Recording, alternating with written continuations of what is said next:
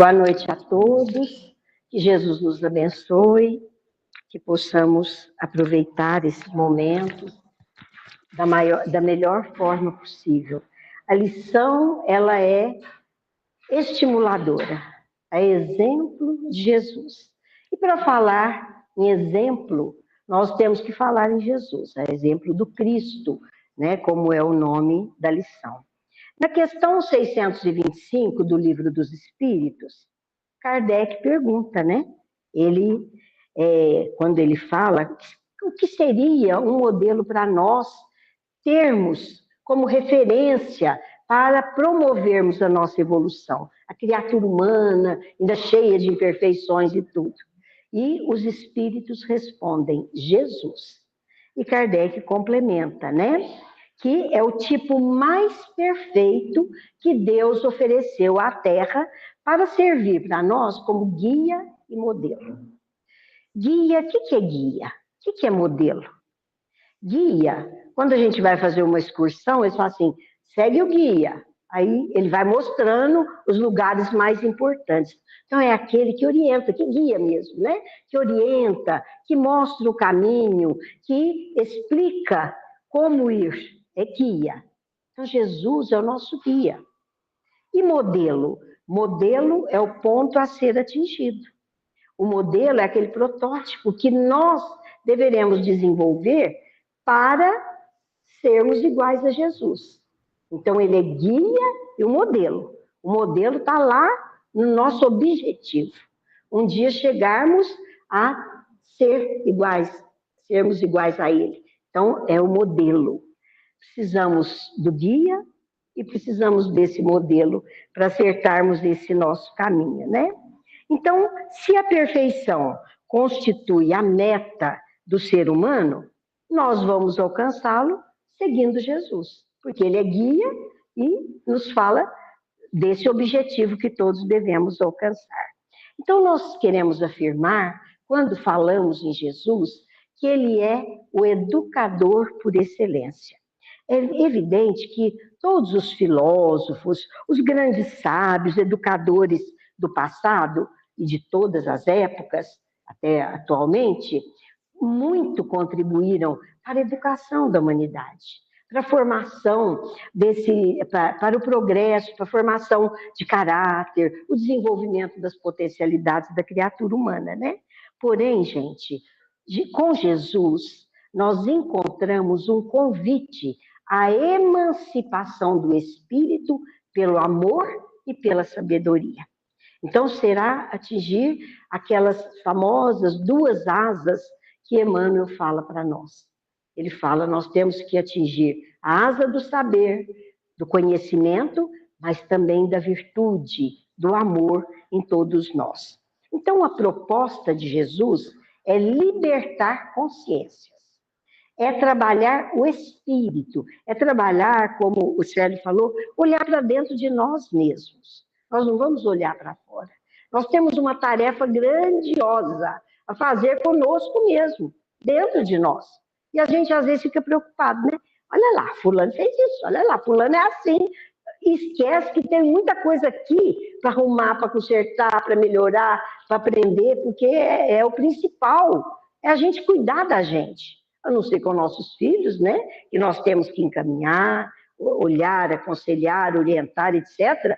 Mas a hora que eles atingem a maioridade, são espíritos livres e vão caminhar por si. Mas a nossa preocupação, até para cuidar desses filhos, a gente também tem que olhar para dentro de nós mesmos, né? Nós temos que olhar para dentro de nós mesmos. Por quê? Nos conhecendo, vamos oferecer referências melhores para os nossos filhos. Então, nesse processo de libertar consciências, Jesus tinha um método. Qual que era o método de Jesus? Todo o trabalho de Jesus, o seu método, está contido na sua plataforma educativa. A minha paz vos deixo, a minha paz vos dou. Para Jesus, gente, ele não queria, vamos dizer assim, agredir. Ele não queria ferir. Nada disso. A proposta, o método de Jesus é método de amor, de paz. E ele fala, porque se há 2000 anos, quando ele veio, eles esperavam um Messias revolucionário, que fosse dominar os povos, e através de armas, de lutas, de um domínio assim agressivo, na verdade, ele apresentando reivindicações políticas, apresentando talvez suor, lágrimas no meio de todo esse processo, ao contrário. O Evangelho de Jesus não transparece qualquer programa nesse sentido, nada, em nenhum momento. Jesus incentivou, ou estimulou, ou pregou a agressão, a ofensa, ao contrário. Então, a boa nova é muito clara. Jesus não apresenta esse programa, e apresenta, sim, uma reformulação de hábitos através da paz, através de um movimento pacífico. Essa é a proposta de Jesus. Então, ele vem nos convidar a libertar as chagas que nós mesmos carregamos. Por isso que ele não condena a mulher adúltera, ele fala para o cego: o que queres que eu faça? Para o paralítico. A sua proposta era uma proposta de paz, era uma proposta de pacificação para as criaturas, né? E ele quer ainda, né, que aquele homem purificado purifique o mundo. A proposta de Jesus é que toda essa pacificação, quando ele disse: a minha paz vos deixo e a minha paz vos dou, era para que nós ficássemos com essa paz e a irradiássemos para toda a humanidade, sendo exemplo para outras criaturas. Então, o método de Jesus está, vamos dizer, está amparado pela paz e pelo amor, né? Então, quando pensamos em Jesus na educação dos espíritos, porque a gente aqui na Terra esquece, às vezes, que a gente é um espírito imortal, então ele deixou claro para nós que somos filhos de Deus e temos a herança divina. Qual que é a herança divina? Temos em germe todas as potencialidades a serem desenvolvidas. Por isso ele afirmou: sois a luz do mundo, sois deuses. E é isso, é essa a educação de Jesus. Achei que eu tinha desligado aqui. Então, a sua proposta é despertar essas potencialidades para o bem e para o saber, para que nós possamos ingressar em mundos superiores, em condições mais avançadas, como herdeiros de Deus, filhos de Deus. Ele deixou claro também que o seu evangelho é o caminho para o desenvolvimento dessas potencialidades. Os seus ensinos constituem todos os requisitos para nos conduzir a qualidades superiores, a esferas superiores, né? Porque esse universo foi feito para nós. Deus criou tudo para a criatura mais importante da sua criação, que são os espíritos, que somos nós. Então, nós somos herdeiros de Deus. Nós somos filhos e herdeiros. Por isso ele disse: eu sou o caminho, a verdade e a vida. Ninguém vai ao Pai senão por mim. Então, Jesus veio apresentar o Pai para nós. Jesus veio mostrar quem é esse Pai. Ele não queria a glória para si. Ele queria nos conduzir ao Pai. Ele quer a glória do Pai sintonizada conosco, com as criaturas humanas. E essa frase, quando ele diz, né, o que é essa frase? Sou o caminho, a verdade e a vida. Nos elucida que caminho é roteiro, é ser uma estrela que, naquele caminho, uma rota demarcada. Quando a gente entra numa floresta, às vezes não tem caminho. Então a gente tem que fazer as picadas e fazer o caminho. Mas não, Jesus já deu para nós um caminho pronto, uma estrada, né? E ele nos mostra essa rota a seguir. Por isso que ele diz: eu sou o caminho. E quando seguimos Jesus, nós encontramos a verdade. Os seus ensinamentos estão consubstanciados na verdade legítima, porque tudo que ele nos deixou, nos ensinou, expressa a verdade universal, os princípios universal, a lei divina para ser entendida por nós. Porque a lei divina expressa essa verdade, né? E tudo isso são elementos que vão favorecer esse espírito imortal que somos a ganhar, como ele diz, a vida eterna. Nós somos seres imortais, evidentemente. A partir do momento que fomos criados, temos a imortalidade pela frente, né? Nunca vamos perecer. Mas ele, quando nos desperta para essa verdade, ele acrescenta: sou a vida. E aquele que crê em mim não morrerá e terá vida em abundância. O que ele quis dizer com isso? Naturalmente, ninguém vai ao Pai senão por mim, ninguém chegará a Deus fora desses ensinamentos e não terá essa vida plena, essa vida em abundância que ele oferece como, assim, promessa para nós. Por isso que ele falou: eu sou o caminho, a verdade e a vida. E os ensinamentos de Jesus, tudo isso se resume naquilo que a gente chama amor. Toda a sua doutrina se resume na prática do amor. Fora do amor, nós estaríamos, fora dos ensinos de Jesus, nós estaríamos ressequidos. O amor é a grande norma, porque resume inteiramente a doutrina de Jesus. E a gente já aprendeu que o amor é o sentimento por excelência, né? Então, as lições de Jesus nos levam ao desenvolvimento dessas virtudes. Virtudes da alma, o amor ao próximo, né? O respeito ao indivíduo, a vencermos em nós o egoísmo, o orgulho e começarmos a vibrar em sintonia com a lei divina. Quando nós fazemos aquilo que está de acordo com a lei divina, nós não erramos, estaremos no caminho certo. Então, as lições de Jesus devem ser, como diz a lição, né? A exemplo do Cristo. As lições de Jesus devem ser o elemento principal para a nossa transformação, para a nossa educação. As lições que foram posteriormente reexplicadas pela doutrina espírita. Olha como Deus é bom, gente. Enviou Jesus. Jesus nos ensinou a esquecermos que somos teimosos, somos imperfeitos, e ele envia o Espiritismo. E envia muitos outros grandes exemplos para nos revelar, para nos despertar para a sua lei, para compreendermos a lei que está resumida, como já dissemos, no amor, né? É lógico que com a doutrina espírita nós encontramos a imortalidade da alma, o ensinamento sobre a imortalidade da alma, a reencarnação, a lei de causa e efeito e tantos elementos preciosos que nos orientam nessa caminhada.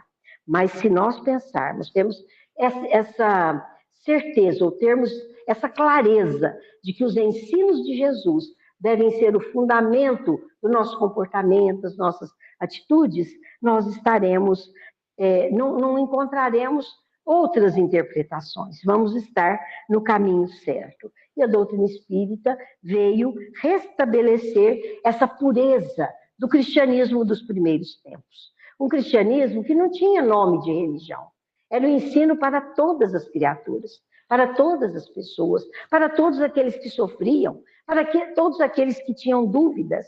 E Jesus afirma: o reino dos céus está dentro de nós, está dentro de ti mesmo. Busque lá, busque no íntimo aquilo que você é capaz de desenvolver, de crescer, de melhorar, né? Então, nós temos convicção que sem Jesus a educação é ineficaz. A nossa transformação não será conseguida se abandonarmos estes ensinamentos de Jesus, né? E educar no sentido que Jesus propunha, é despertar para o amor, para as leis divinas, para a eternidade, é libertar a consciência para o bem, para a verdade e para a justiça. Então, a proposta de Jesus, gente, quando ele fala libertar consciência, é porque se já possuímos essa herança divina, somos filhos de Deus, temos que só exercitar, procurar desenvolver todas essas possibilidades, essas potencialidades, né? Qual a base do programa de Jesus? Falamos do método, que é a sua paz, falamos da educação, que é o seu evangelho, né? Que é a sua proposta de despertar consciência. A base do programa é o evangelho. Então, os ensinos de Jesus já foram motivos de disputas religiosas, os ensinos do mundo já foram motivo de disputas religiosas. Um crê numa coisa, outro diz, mas os ensinos de Jesus não tem como discordar, porque é da maior simplicidade e da maior clareza e pureza para todos nós, porque se resume tudo no amor, no perdão. Então, toda a moral evangélica é fácil de ser conhecida, é fácil de ser entendida, mas é difícil de ser vivida, porque ainda somos egoístas, orgulhosos, aí carregamos tantos interesses outros, né? Então, o objetivo da proposta de Jesus é libertar consciências. Como eu já falei, é a gente olhar para dentro de nós mesmos e ver o que precisa ser acertado aqui, cada um consigo mesmo, né? É uma proposta de educador, porque quando ele desperta, a educação entendida e bem vivida é aquela que a pessoa faz livre adesão a ela. Você obriga alguém e fala, você não vai fazer isso, vai ficar de castigo. Ele às vezes obedece, mas na hora que ele se livrar do seu domínio, ele vai fazer o que ele quer. E a proposta de Jesus não, é que nós queiramos nos educar. É a proposta de libertação mesmo, de conhecimento de si mesmo, para querer, por vontade própria, dar esse passo, atingir esse caminho, né? E ele veio com o objetivo, até já falei, não de trazer as pessoas para ele, mas de levar as pessoas a Deus. Por isso que a gente fala que Jesus veio apresentar Deus para nós. Foi a concepção mais bela que já podemos receber sobre Deus. Deus é o Criador, Deus é a inteligência suprema. Jesus falou de uma forma simples. Deus é nosso Pai. Deus é Pai. E como Pai, todos nós somos seus filhos e herdeiros. Essa era a proposta de Jesus, na simplicidade e no amor dessa oferta que ele fez a nós, né? E quando a gente fala em despertar consciências, nós vamos recorrer a Joana de Ângeles. A Joana de Ângeles faz um estudo e fala que nós, nesse processo evolutivo, nesse caminhar, vamos despertando a nossa consciência, quer dizer, despertando aquela realidade interior que carregamos para percebermos mais coisas, à medida que entendemos, que progredimos, que fazemos o bem, que desenvolvemos todas as nossas potencialidades. E aí ela diz, nessa forma que ela explica, e nesse caminhar evolutivo, tem um período que a criatura humana, nós todos, né, estamos na consciência de sono sem sonos. Quais são essas criaturas? Que às vezes nós também. Eu acredito que a gente já deu um passinho, mas quais são essas? A pessoa que ela chama a consciência de sono, sem sonhos. É a criatura que, nesse estágio, só cumpre as necessidades fisiológicas e materiais. Come, bebe, vive, passeia, tem prazer com as coisas do mundo, não se preocupa que é um espírito. É uma consciência adormecida. Porque ela fala, é uma consciência de sono. A pessoa vive, para ela, o que vale é o prazer sensorial e quando ela diz assim, que ela vive os fenômenos automáticos da vida. É a pessoa que levanta, vai trabalhar, vai se divertir e não cogita quem ela é, se é um espírito. Eu acho que assim, não sei se tem gente assim, mas eu acredito que aqui nós não tem, mas assim, né? Porque a gente já tem consciência que somos espíritos. E aí é o segundo, consciência de sono com sonhos. Nesse nível, a criatura demonstra, sim, ela tem desejos, ela tem as necessidades da vida material, ela interessa por tudo isso, mas ela já alguma coisa começa a incomodar. Ela já vê, você não faz prece? Não, nós conhecemos um moço assim, meu pai está me dizendo, você não faz prece? Não, nem, eu não tenho hábito de fazer isso. O rapaz falou para mim. A gente, assim, porque a gente foi educado, né, com, assim, aprendendo na doutrina e tudo, então são pessoas que não estão desligadas da realidade espiritual. Nessa consciência com sono, a pessoa já está num suave despertar. Fala, puxa, eu acho que se eu orar, vai melhorar. Aquele dia eu orei, melhorou. Ajudou, eu fiquei mais calmo, né? É que o indivíduo já começa a perceber algo mais em si e no próximo. Aí ele percebe, por exemplo, que quando ele toma uma atitude, vamos dizer, inadequada, ele prejudicou alguém, aquilo incomoda. Então, aí é a consciência, segundo a Joana, né? Ele já se sente um pouco sensibilizado pelo próximo. Ele fala assim que é uma realidade difusa. A pessoa não está preocupada com isso, mas alguma coisa começa a tocá-lo. A criatura ou tocar a pessoa, né? Aí ele fala, consciência de sono acordado. Eu acho que esse somos nós. Que é o momento da consciência desperta. O que ela fala? Nesse momento, a criatura descobre os ideais de enobrecimento, a finalidade da existência, as aspirações que são essenciais para a sua vida. Mas ela ainda não faz tudo. Acho que somos nós, né? Então a gente já sabe muita coisa. Antes nós estávamos falando aqui na aula, né? A gente sabe, a gente lê as lições e de repente a gente cai. A gente fica com raiva de alguém, a gente não perdoa, a gente toma atitudes inadequadas, né? Então é a consciência desperta. É a consciência desperta, mas que vai precisar de um estágio posterior, que é a chamada. Aí ele fala que nesse momento é realmente um momento de despertar do espírito. Nesse momento, a Joana que fala, nesse momento o espírito deve fazer uso da vontade, da determinação para atingir os ideais superiores. Para ela chegar no outro nível, que é a que ela chama de consciência lúcida, ou consciência de si. É o momento da liberação do eu, que eu também acho que a gente ainda não conseguiu.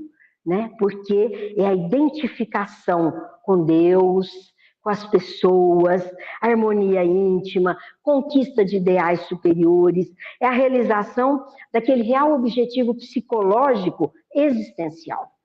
Eu acredito que nós estamos caminhando para isso, porque a gente já sabe o que não pode, a gente já aspira por ideais de sabedoria, do bem e tudo isso. Mas a gente ainda é fraco. Por isso que ela fala, tem que usar a vontade, usar o discernimento, né? Então, ela fala assim que o ser deve se conduzir pela sua personalidade maior. Ela chama de self, mas não precisamos falar aqui, né? Que é a vivência do estado ideal do espírito. Então, é a conquista dessa iluminação, a conquista intelecto-moral, as duas asas, né? Do dever solidário, da fraternidade verdadeira. Então, é a identificação com a fé, com a arte, com a ciência, com a filosofia, identificando para a criatura os ideais superiores. Então, é a consciência lúcida que nós queremos chegar o mais rápido que pudermos, né?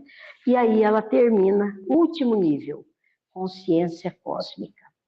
O único que conhecemos da consciência cósmica é Jesus, que ela fala ali, né? Jesus é o exemplo perfeito. E é por isso que ele disse, eu e meu Pai somos um. na proposta de que ele fazia completamente a vontade do Pai, né? E não, a gente entendendo que Jesus não era Deus. Deus é inigualável. Jesus se identificava, tinha perfeita sintonia, e muitos interpretam nas tradições religiosas que Deus é Jesus, ou que Deus, ou melhor, que Jesus é Deus, que tem uma divindade em si, e ele deixou claro, somos irmãos, podeis fazer tudo o que eu faço, e muito mais.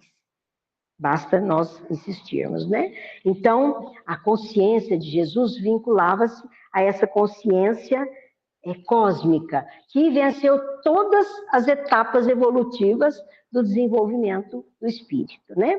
Então, assim, só para a gente terminar, a renovação espiritual, conforme os postulados de Jesus, devem seguir as normativas básicas, que são respeito ao próximo, Jesus não falou, no amor ao próximo, a sadia fraternidade, obediência às leis divinas, o trabalho edificante, o perdão das ofensas. Esse é o exemplo de Jesus que ele deixou para nós, né?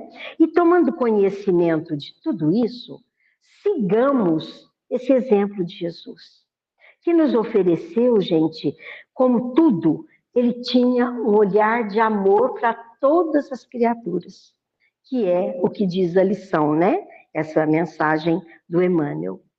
Recordemos o olhar compreensivo e amoroso de Jesus, a fim de esquecermos que às vezes vemos a trave no olho do outro, ou melhor, vemos o argueiro no olho do outro, esquecemos uma trave que temos no nosso. Isso prejudicando esse campo visual de fraternidade que devemos ter.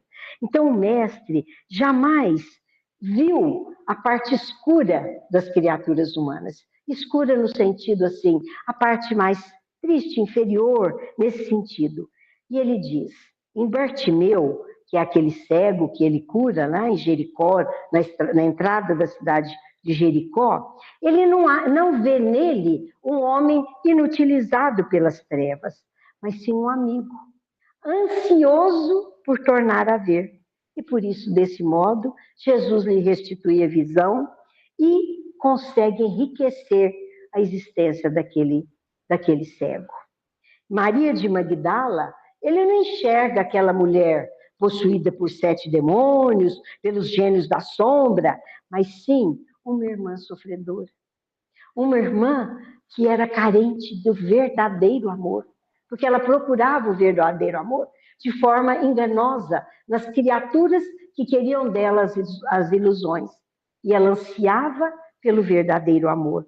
E por isso, reconhecendo isso, o olhar de Jesus viu não essa mulher, mas aquela irmã sofredora, e restaura-lhe a dignidade própria, plasmando a beleza que ela tinha fisicamente, resplandecendo na beleza espiritual que ela carregava. E, na verdade, ele sabia que mais tarde é ela que traz a mensagem da sua ressurreição, da divina ressurreição, para todos os outros, quando ela chega no túmulo de Jesus. Zaqueu, todo mundo conhece a história de Zaqueu. Era um publicano, recebia impostos, sofria preconceito por causa desse cargo. E Jesus não identifica nele aquele expoente da usura ou da apropriação indébita. Ele viu nele um homem sofredor, um homem que vivia essa vida, mas queria se libertar, porque aquilo o incomodava. E ele vê nele um missionário do progresso, que estava enganado pelos desvarios da posse. Por isso ele devolve a Zaqueu o raciocínio e a administração de todos aqueles bens de forma sábia e justa. No livro de Joana, num dos livros de Joana, ela conta que Zaqueu posteriormente foi encontrado em outra cidade, criando uma casa de auxílio aos desafortunados, né? Uma casa do caminho também, como se dizia na época. Em Simão Pedro, no dia da negação, Simão o negou. Então, ele não via nele aquele discípulo que desertou. Ao contrário, ele viu nele um aprendiz invigilante, porque precisava, naquele momento, de compreensão e carinho. Fraquezas todos temos, Jesus via nele aquela invigilância, mas ele sabia que, com o tempo, ele seria o baluarte seguro do evangelho nascente, operoso e fiel, até o martírio, até a crucificação. Esse é o olhar de Jesus para todos aqueles que conviviam com ele. Em Judas, o traidor, como dizem, né, como o evangelho diz, ele não fala que ele é um discípulo ingrato. Ao contrário, era um colaborador traído pela própria ilusão e fascinado pelas honrarias terrestres. E ele então o acolhe e vai buscar Judas, né? Porque levando para ele o amor e o perdão para soerguê-lo daquele momento de suicídio, de sofrimento, como tudo aconteceu. E ele trabalha, ele, Judas, trabalha por todos os séculos, né? Soerguendo os vencidos e amparando nações. Era o trabalho de Judas posteriormente. Então Jesus via nele isso, esse apóstolo capaz dessas realizações. Então, amigos, busquemos o olhar de Jesus para os nossos olhos, nos nossos olhos. Nunca criticar, nunca julgar, banir da nossa vista essas coisas que ainda carregamos, essas imperfeições, que nos fazem só ver o que o outro faz de errado. Vamos ver as belezas do nosso próximo. Vamos ver as possibilidades que temos à nossa volta. Esse deve ser o nosso olhar para que a nossa consciência desperte para a lucidez permanente, né? Nós teremos atingido nesse momento um grande momento de evolução, porque vamos discernir em cada companheiro que cruza o nosso caminho, às vezes o mais difícil, que traz espinho para a nossa vida, um irmão nosso, necessitado muitas vezes do nosso auxílio e da nossa compaixão. Então, essa é a proposta da lição, né? Enxergar as pessoas com os olhos de Jesus. Eu vou cantar essa música porque eu gosto demais dessa música e fala de Jesus, né? Para não ficar muito alto aqui. Tu és relâmpago na minha noite escura, és luz na treva da minha amargura, és colorido dia de verão, tu és manhã de sol no meu coração, és poeira de sol que atravessa a vidraça, para um poeta tu és poema e graça, e se percorro a esfera das estrelas, é ainda a ti que eu vejo, se me proponho a vê-las. E se percorro a esfera das estrelas, é ainda a ti que eu vejo, se me proponho a vê-las. Vieste à terra, Senhor do meu destino, e sendo a luz do mundo, te fizeste menino.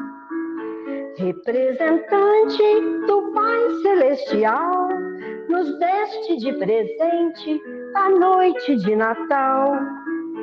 Representante do Pai Celestial, nos deste de presente a noite de Natal. Bonitinha, né, a música? Que Jesus nos abençoe.